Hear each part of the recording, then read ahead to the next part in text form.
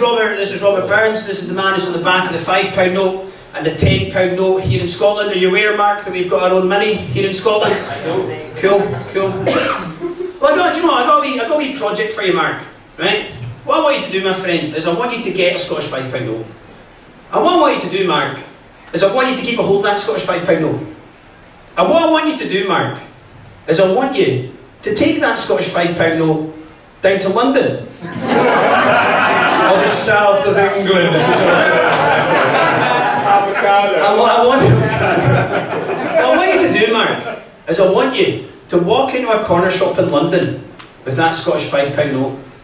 And what I want you to do, Mark, is I want you to try and buy a can of iron brew in London with that Scottish £5 note, because that's how much it fucking costs in London! I believe you me, Mark, you will be stretching over that counter, grabbing that shopkeeper by the lapels, shouting, "Freedom!" in his stupid, non-legal, tender-accepting face, because I'm telling you, Frodo had less bother taking the ring into Mordor than spending Scottish money in England. An unknown fact, Mark, about Scottish children is that all children born in Scotland's first words are, "That's legal tender, pal." Not many people know that one, right? This man, ladies and gentlemen, right, this man, Robert Burns, he is Scotland's national bard, right? He's responsible for some of the world's most beautiful and romantic poetry, prose and songs. At New Year time, when you sing Old Lang Syne, you cross arms, that's Robert Burns who wrote that song. He's also a massive sex symbol for the 18th century. Robert Burns is as infamous or as famous for his womanising as he is his poetry. And he would write biting political satire, all in his native Scots tongue. And see, for a Scotsman like myself, as a young Scotsman growing up, Robert Burns was a huge inspiration for me. Because as a young man, I would look at images of Robert Burns, and I would think to myself, do you know what, Daniel? It is possible to get laid and have a receding hairline.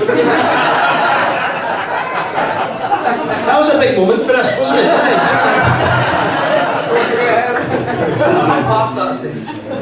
Now, one of my favourite Burns poems is a poem called The Blue-Eyed Lassie.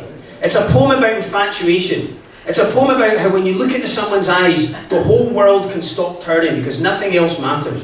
And it's a really personal poem for me because that's how I feel about my fiancée Michelle. When I look into her eyes, it's like nothing else matters, nothing but love and infatuation.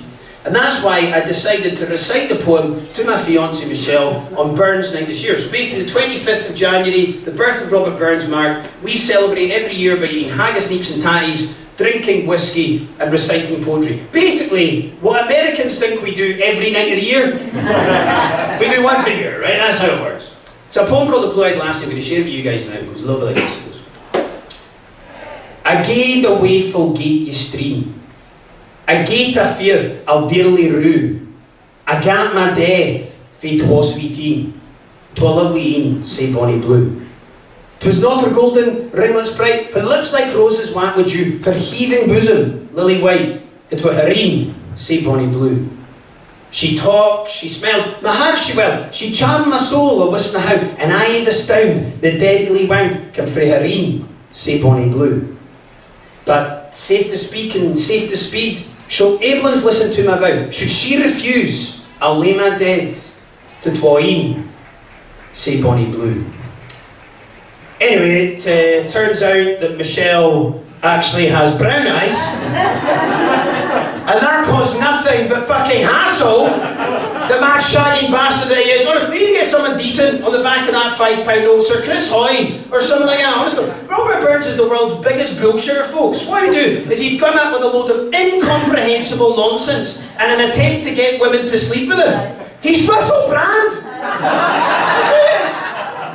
And that poem, by the way, that poem, The Blue-Eyed Lassie, yeah, that was a 33-year-old man writing about a 15-year-old girl. Yeah.